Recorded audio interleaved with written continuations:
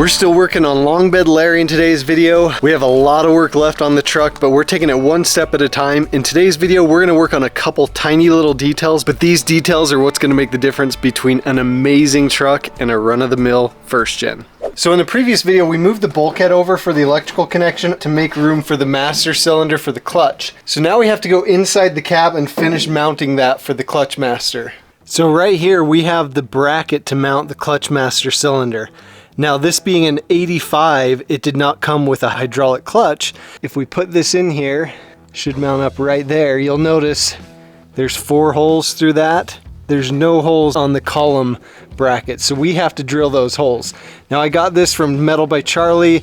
Make sure to check out his website. I get a lot of my custom stuff from him because he makes parts that no one else does. But here's what I did. I got a piece of cardboard, cut it out to match the back side of this Cinnamon Toast Crunch, and then I drew the circles and then did a center punch right in the circle. This is going to be a very tight spot, so I'm not sure how I'm going to drill them out. I should also mention with this part right here, I actually thought the holes were already here for this. I wasn't planning on having to do that on this cab, but one of you guys, one of my viewers reached out to me, I believe it was on Instagram, and asked me, hey, did you drill the holes for the clutch master bracket? And I was like, no, I don't need to. They should already be there. And he said, no, go check. So I checked, and sure enough, they're not. So thanks for reaching out to me. That's why I appreciate you guys, is because you helped me learn as well. I would have done this whole cab, put it all together, and then realized I needed to drill those holes when it was probably a little bit too late. So let's get that done.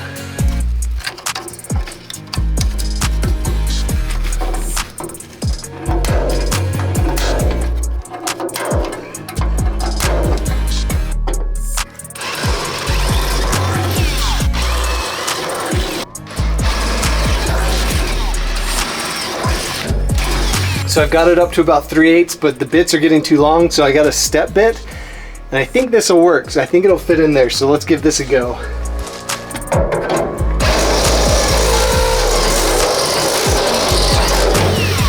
Oh yeah! Step bit's the way to go as soon as you can get it to about a 3/8, or maybe a little smaller, but the step bit did the job. So now we can mark the center of this hole. So let's do that. Now if you're wondering, I'm just eyeballing this. It'll be fine. So just eyeballing that. Got our punch. Let's get a drill bit through there. All right, so after doing a little searching online and talking to a few people that I know, I found out this is a 2.5 inch hole. We'll just go right here and go right through.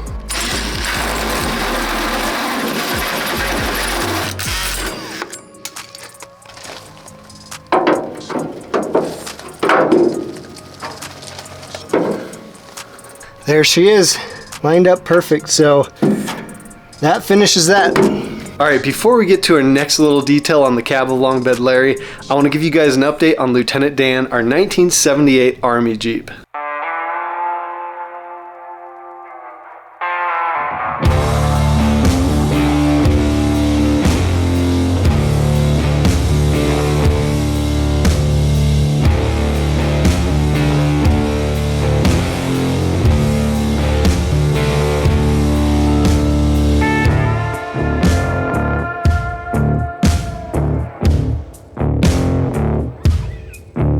So here's where we are with Lieutenant Dan. I got the roll cage completely painted and put back in. It looks really, really good. I got the heater working. I had forgot to plug the heater blower motor in.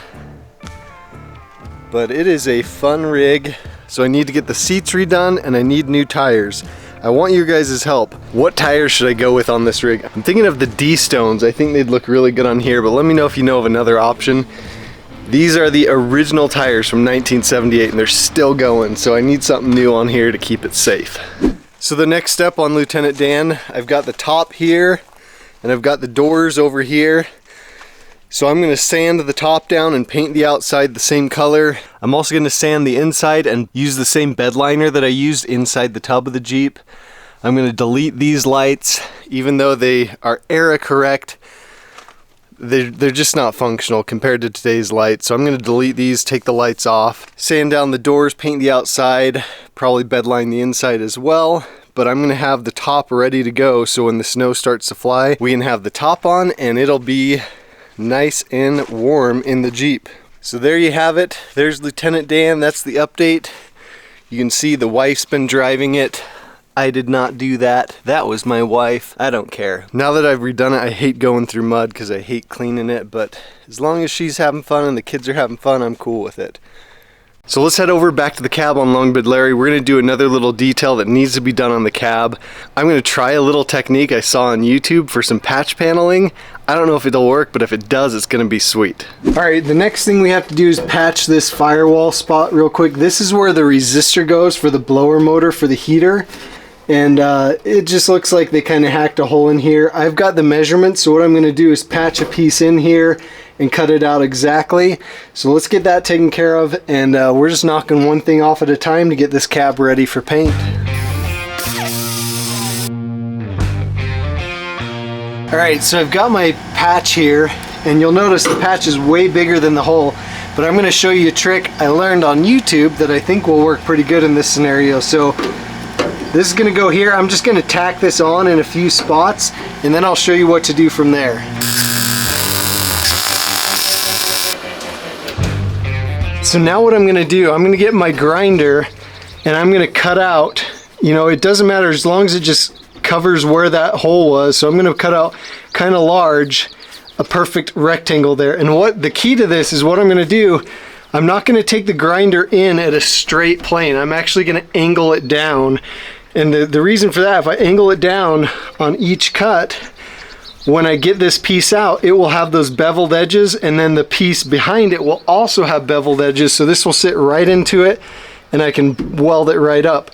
Whereas if I have the blade perpendicular, it'll have that gap between the patch and the original panel. So this is just a way to close that gap a little bit.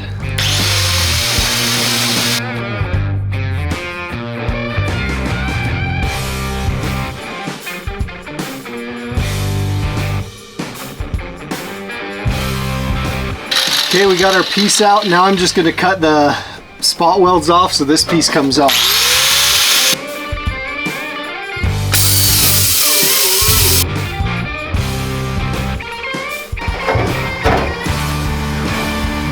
Alright, this worked amazing. See if you can see that beveled edge on there. It matches the beveled edge in the hole. So let me show you how well this seats in here.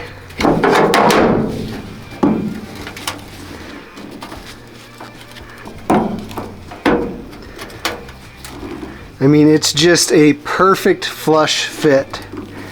So I'm going to tack that in, and then we'll weld that in and grind down the welds, and it'll be just perfect.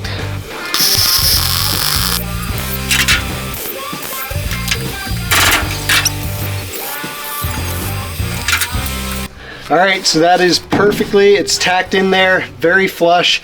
Before I go around and weld the whole thing, I'm going to cut out the exact size we need for that resistor.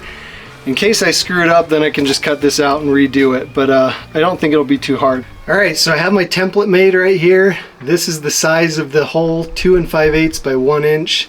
So thanks Derek. Go check out Derek's channel. He works on first gens. He's the one who helped me out with those measurements. So we're going to put it here.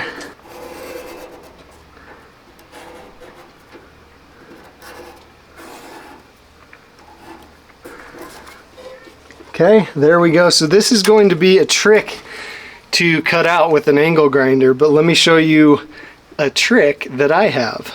So right here I've got a used but pretty much full-size cutting wheel on here. One thing I suggest is when you use these cutting wheels, don't throw them away when you're done. So this is an old one, and you can see how worn down it is, how small it is. But being a smaller disc, it has a smaller diameter, which means it'll get in here and cut these smaller lines easier without cutting up or down into where you don't want it to cut.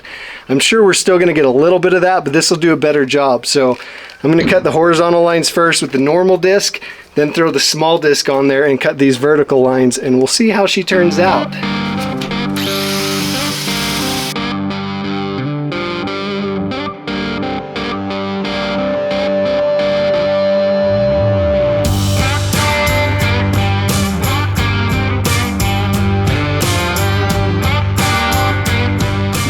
Alright, that came out. Now we're going to file the edges nice and smooth.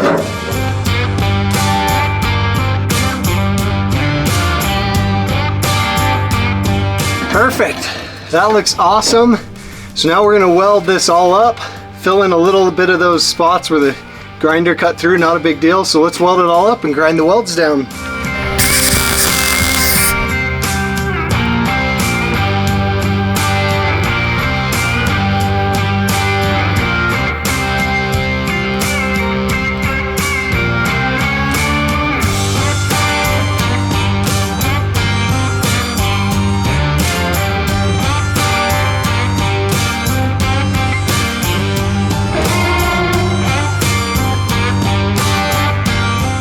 Look at how that turned out compared to what it was before.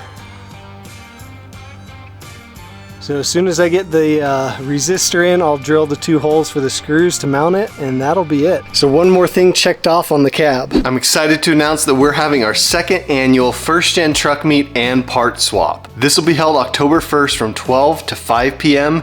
at the Cache County Fairgrounds in Logan, Utah. I hope to see you guys there. Those 2 little details took a lot of time and a lot of energy, but like I said, those are the little things that are gonna set this truck apart. We don't wanna get too far along in this project and have those little things come back to haunt us. So in the next video on Long Bed Larry, we're gonna be trying to clean and paint the underside of the cab, and we're also gonna try and get the whole inside of the cab finished and in primer. We're making progress one step at a time. I hope you guys are enjoying this. We'll see you guys in the next one.